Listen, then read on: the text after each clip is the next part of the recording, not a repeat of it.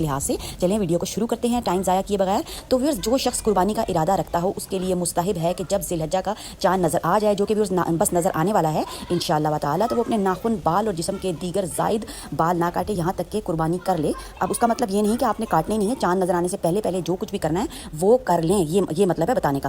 تو یہاں تک کہ قربانی کر لے. حضرت سلمہ رضی اللہ عنہ سے روایت ہے کہ رسول اللہ صلی اللہ علیہ وسلم نے فرمایا، جب تم ذی الحجہ کا چاند دیکھ لو تو تم میں سے کوئی قربانی کا ارادہ رکھتا ہو تو وہ اپنے بال اور ناخن نہ کاٹے جب تک کہ وہ قربانی نہ کر لے. صحیح مسلم کی احادیث سے یہ بات واضح ہے. علماء کے مطابق اس عمل کا مقصد قربانی کرنے والے کو قربانی کے جانور کے ساتھ مشابہت دینا ہے تاکہ وہ بھی کچھ حصہ اللہ کی رضا کے لیے چھوڑے. یہ حکم مستحب ہے، واجب نہیں ہے، لیکن ثواب کے حصول کے لیے اس پر عمل کرنا بہتر ہے. تو ویئرس کیوں نہ عمل کریں گے، سب انشاءاللہ تعالی مل کر عمل کریں گے، کیونکہ ہم نے تو ثواب حاصل کرنا ہے اور دنیا کو بھی اپنا خوشگوار بنانا ہے اور آخرت میں بھی جو ہے وہ حصہ ڈالنا ہے. تو اللہ رسول کے حکم کا ہمیں پالن کرنا ہے، ماننا ہے، آمنا و صدقنا کہنا ہے اس کے اوپر. تو ویورز اگر آ جاتی ہے ویڈیو آپ کو پسند، ویڈیو کیوں نہ پسند آئے گی، اللہ رسول کا حکم کس کو نہیں پسند ہوتا، تو لائک شیئر اور سبسکرائب کریں اور سب کو جناب پہنچا دیں. اس کا فائدہ یاد تو سب کو ہوتا ہے، بس یہ ایک چھوٹا سا ریمائنڈر ہوتا ہے جو ہم نے ایک دوسرے کو پہنچانا ہوتا ہے. دعاؤں میں یاد رکھیے گا. مجھے میری فیملی کو دیجیے اجازت. اللہ حافظ.